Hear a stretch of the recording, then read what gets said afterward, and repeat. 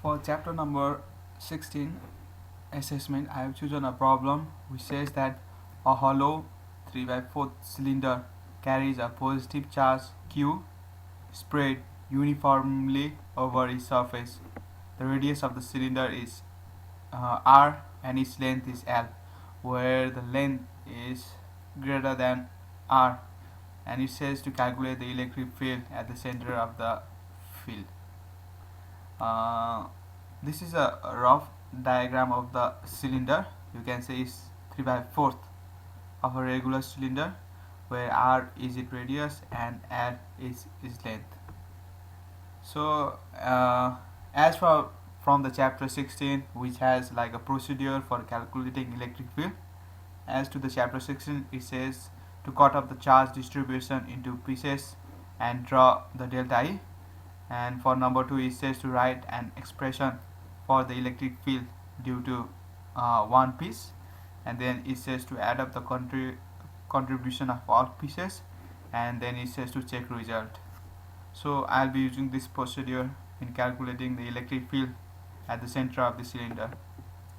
So let's consider the cylinder is made of many thin charged rods, and let's consider delta E to be the contribution of each rod. Here you can see an end view of the cylinder looking along the x-axis in the positive x direction, where you can see this to be the y, g, theta be the angle, and r be the radius. And as you know, r can be obtained from the observed location minus the source, and here the observed location is the origin, where the source is at 0, r sin theta and r cos theta, and subtracting, then we get the value of this. Taking its magnitude, we found out that the value of r to be capital R, and taking its unit vector, it comes out to be this much value. So the amount of charge on one rod can be given by dq equals q d theta upon theta total, which can be written as q d theta upon 3 by 2 pi, where as you can see d theta is the angular width of the rod and 3 by 2 pi is the angular extent. So the contribution of the rod to the net electric field can be given by delta E equals magnitude of delta E and the unit vector R, which can be given by 1 upon 4 pi epsilon naught 2 dq upon L 1 upon R, and the unit vector, which can be simplified as 1 4 pi epsilon naught 2 upon Lr q d theta 3 by 2 pi from the earlier equation, and the unit vector.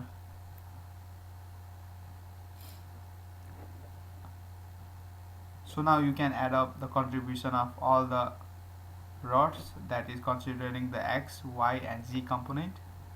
For the x component, you can the e can be given as ex integration of 0 to 3 pi to pi, which can be and 1 upon 4 pi epsilon naught do 2q lr 3 by 2 pi and 0 del theta, which comes out to be 0.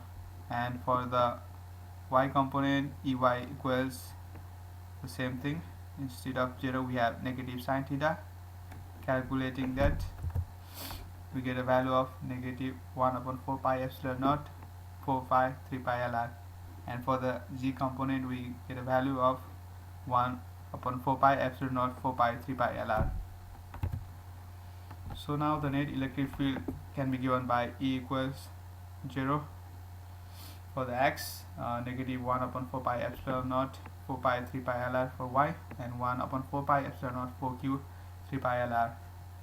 As I said earlier, we use the procedure as given in the book, where we cut up the charge distribution into pieces, wrote an expression for the electric field due to one piece, added up the contribution of all pieces, and now checking up the result, you can see the y components will be negative as to the figure, and z components will be positive, and that those are the values that we got over here. And we can also check the result by the units.